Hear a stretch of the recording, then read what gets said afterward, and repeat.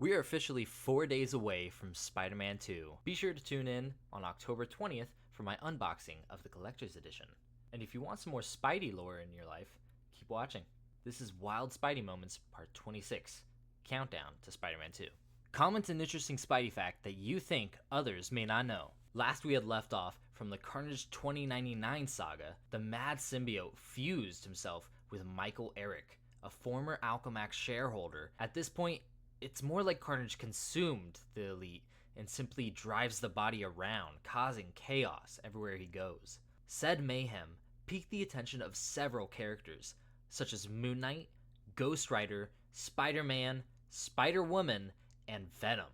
The two Spideys do what they can to settle down the crowds and fight Carnage, but they're unsuccessful. Miguel gets infected with rot from Carnage's strike and is taken to a hospital by Spider-Woman, who later has to save him yet again. It seems Alchemax raised the price of admission and is not letting anyone in for treatment, except the elites. With little options left, Spider-Woman takes Miguel to the safest place Lila could suggest, the Ghost Room, a bunker built by Ghost Rider himself. Miguel wakes from his deep sleep, prepared, but not at the hands of either of his partners. We are introduced to a new warrior, Dr. Nakao, a healer with twin swords to complement his pseudonym, Blade, a futuristic half-zombie with an expertise on the flesh. He patched Spidey up and extracted Carnage's rot.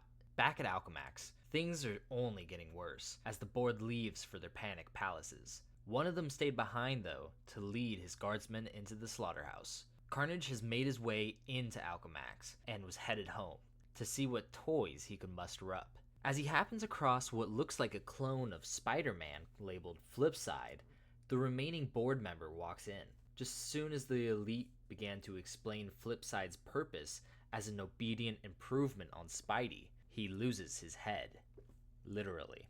While Carnage riles up his following mob below, the Spidey team and Blade and Ghost Rider come up with a plan.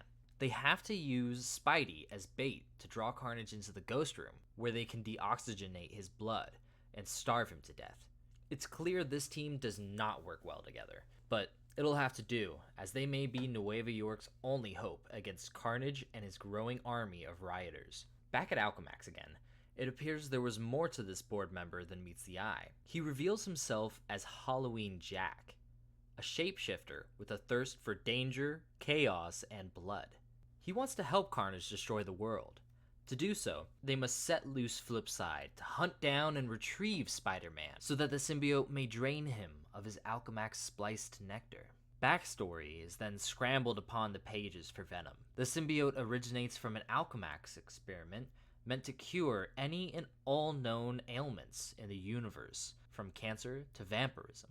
Venom did more than cure Miss Bell, though. It turned her into an organ-hungry monster, but kept her in partial control. The two now prowl for rioters to seek out justice upon, when the public eye blasts them with psychosonic charges. As Alea begs for mercy, the officer's legs are severed at the knees. Our mysterious savior appears. It's Moon Knight!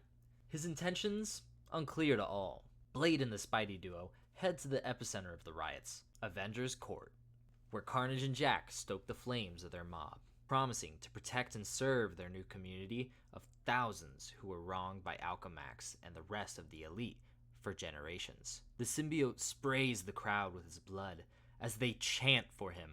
Feed the hive! Feed the hive! Feed the hive! Our heroes had enough of the spectacle and leapt into action, striking at Carnage, who counters tenfold. The team needs to get the Red Menace back to the Ghost Room and end this fast. Blade squares off against Carnage as the alien spider faces Halloween Jack, and Miguel comes too close for comfort with the chainsaw face of Flipside. A couple blocks away, Venom and Moon Knight bicker over the fates of the public eye officers until they are assaulted by raining acidic bullets. It seems there's another player on the field, someone working for Alchemax to bring peace back to the streets of Nueva York, by any means necessary. Moon Knight and Venom recover and join our heroes in their fight against the malicious duo and their four-armed automaton. Around the same time, it appears that Lila and Ghost Rider have a budding romance. I thought this was strange at first because Lila's an AI. How would that work. So I took it upon myself, of course, to do some research. It turns out our flaming hothead was actually a hacker who was killed and then came back to life to control a robot and is now under the mantle of Ghost Rider. And Lila is very fond of him. I mean, truly. Anyways, back to the fight. Flipside chomps into Moon Knight, who throws the machine around, while Venom and Spider-Woman attempt to pacify the crowd. Spider-Man punches Halloween Jack's jaw off, while Blade slices open Carnage. The symbiote bites back through his pain.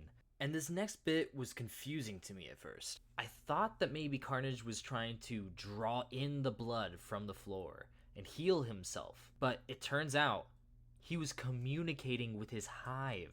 They would follow him, even in death. We're left with this grueling image of the walking blood army of Carnage. Thanks for watching, everyone, and tune in tomorrow for my final entry to the Carnage 2099 saga. As always, like, comment, and follow for more content.